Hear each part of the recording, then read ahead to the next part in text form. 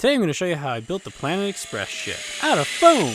For this build, I use various lengths of wire. EVA foam, I'm 40% EVA foam. Craft foam, half cylinder foam, coffee foam, putty, paint, super glue, hot glue, PVC pipe cutter, cutting tools, sanding tools, safety gear, scissors, razor pens, and a box cutter. First I figured out a rough shape of the hull and drew it on a cardboard. It's sort of an elongated football with a bite cut out of it, or a salmon, whatever floats your boat, or spaceship rather. Then I cut them out and traced them onto the remnants of foam floor mats, decimated by a past project. I cut them out with the razor pen, which I continually sharpened in order to keep the cut clean and uniform. I'm also being careful to make sure that my blade is angled perfectly straight up and down. This will prevent any ridges or depressions from forming in the foam after I join the two sides. In order to get the opposite side, I flipped the pattern over and repeated those steps. Then I labeled those to prevent future confusion. You may be able to see the slight difference in shades of those pieces. Now, typically you want to try and avoid that because it means that these two pieces of foam are slightly different thickness and density, which may cause some asymmetry. It's the sort of thing that shows up on camera that doesn't necessarily show up in real life.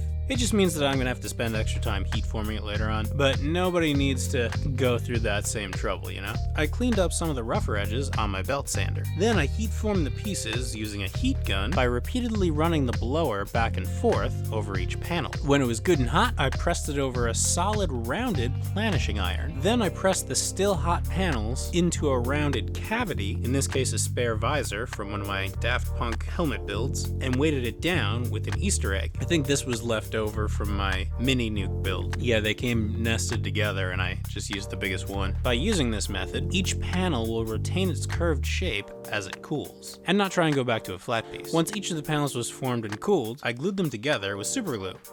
Looks like a penguin from this angle. Accidental penguin tutorial. There's a lot of stress on these seams, so this has to be done with some amount of finesse. You know, you gotta do it a little bit at a time, wait for it to set, and then move on. Once all the pieces were together, I noticed that certain edges were not as round as I would have liked them to be, so I resolved this, first by slicing off the hard edge with a box cutter. Eventually I'm gonna refine this even further on the belt sander, but I wanna make sure that the whole shape of the hull is correct before I do that. You know, there's no sense in sanding something that's gonna be cut away. It's a little short, so I added an end cap to the aft engine mount. Listen to me using totally legitimate Space Navy terms. I shorted up with scrap foam just because there's a lot of tension on these seams, trying to pull them apart. Then I glued on the end cap with hot glue. I sliced off some of the excess from that with my box cutter, just like I did on the bow. Finally, I finished sanding all the rough edges on my belt sander. Another reason why I didn't do this from the start is because I wanted to cut down on the amount of dust that I'd be dealing with, and any amount of foam that you can remove beforehand through conventional means will do that. Once the edges were smoothed out, I made the bumper brim out of a strip of foam bevel. Actually, 2 strips were needed to go the whole way around, so I made sure that the break and the line was on the sides rather than front and center. I mean, I don't think it's crazy to assume that you would find a seam somewhere on a spaceship. It'll just look more natural there. Once the bumper was completely solid along the whole thing, I moved on to the more dramatic details. I cut the side fins from pieces of scrap foam. They're 2 layers deep. I oriented them so that when I cut them out, the pattern side of the foam floor mat would end up on the inside, again avoiding sanding. Then I cut the top fin pretty much the same way. It's more elongated though. Then I glued the layers together with hot glue. I weighted the floor mats down with machinist blocks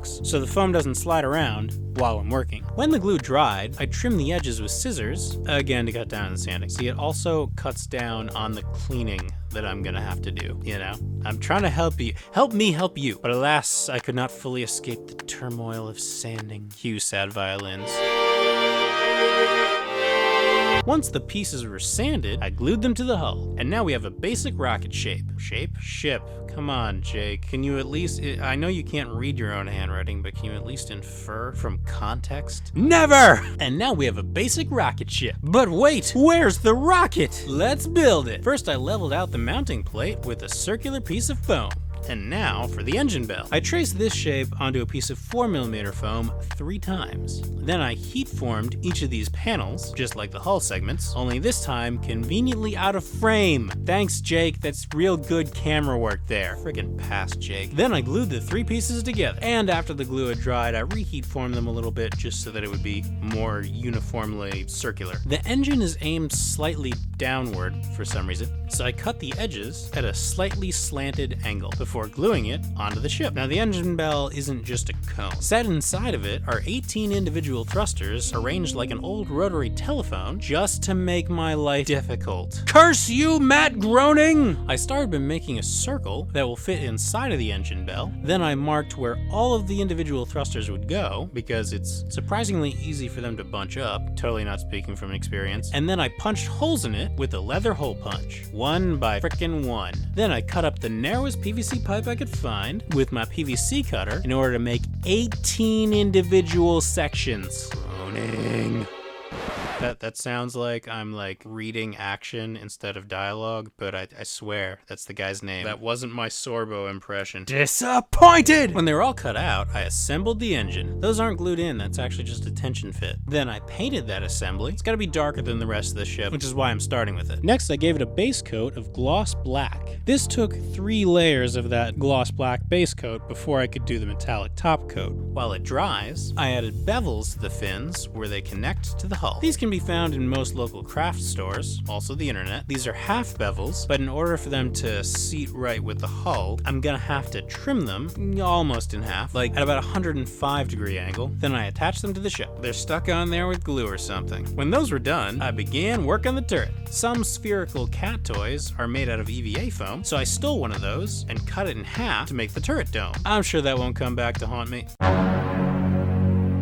I glued one half to the top of the dome and then surrounded it with a bevel. Then I put one on top. This is gonna frame the dome, eventually. Then I made the cannon out of offcuts from the engine and the narrowest EVA foam bevel that exists, to my knowledge anyway. The whole thing has to be painted before the bubble dome is attached, at least to avoid annoying masking. So in the meantime, I worked down the vents. I started with a piece of 2mm craft foam. I also used the same foam to add detail to the ends of the fins. And for some reason I took a break to putty the seams. Normally this is done at the ends, but I don't know. Not today! Then I got back to the vents. I took a narrow bevel and cut it in half, essentially making a quarter dowel, and then I cut it into sections, and I beveled the edges on my belt sander. I made those in descending order of length until I had enough, and then I glued them onto the panel. This simulates heat register vents. And then I added rivets to the bevels. They're just foam dots. Now for the windows. I made the frame of the main canopy from some scrap 2mm foam, and then cut it out with scissors. 2mm foam is incredibly delicate, so I used my razor pen for the interior. Then I glued it onto the hull. Next I made the door on the side of the hull from more 2mm foam, and I added the ladder rungs using push pins. Then I cut holes for the landing legs. I made the landing legs out of EVA foam cylinders of varying diameters. The main one, however, is meant to be conical, so I beveled that, or would that be chafed? I chafed it. So I chafed it on the belt sander. The foot itself is another half sphere, so once again, cat toys. This is what they look like all together.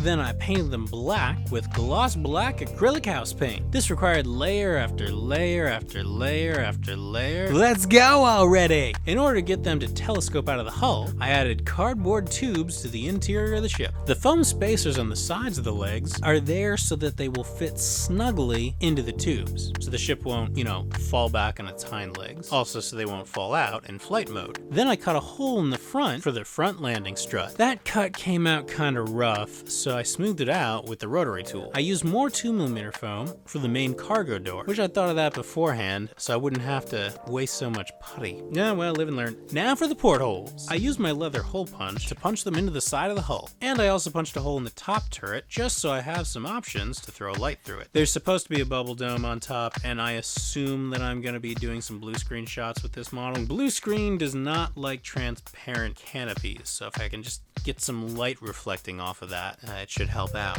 They had that same problem while making the first Star Wars movie. The Y-Wings had bubble turrets, and they ended up having to redesign them to work with the chroma key technology of the day. How about that? The more you know. Then I made the front landing leg / stairwell out of 4mm craft foam. I added steps using triangular bevel offcuts. I think these were actually from the fins earlier in the video. Yeah, see, this is why you save everything. Also to keep it out of the ocean. Also hoarding. When all the steps were in, I made the escalator hinge at the top. This is just cosmetic though. In reality, I secured it to the hull with a similar telescoping mechanism like I did with the aft landing legs. I actually ended up using magnets for the front landing leg.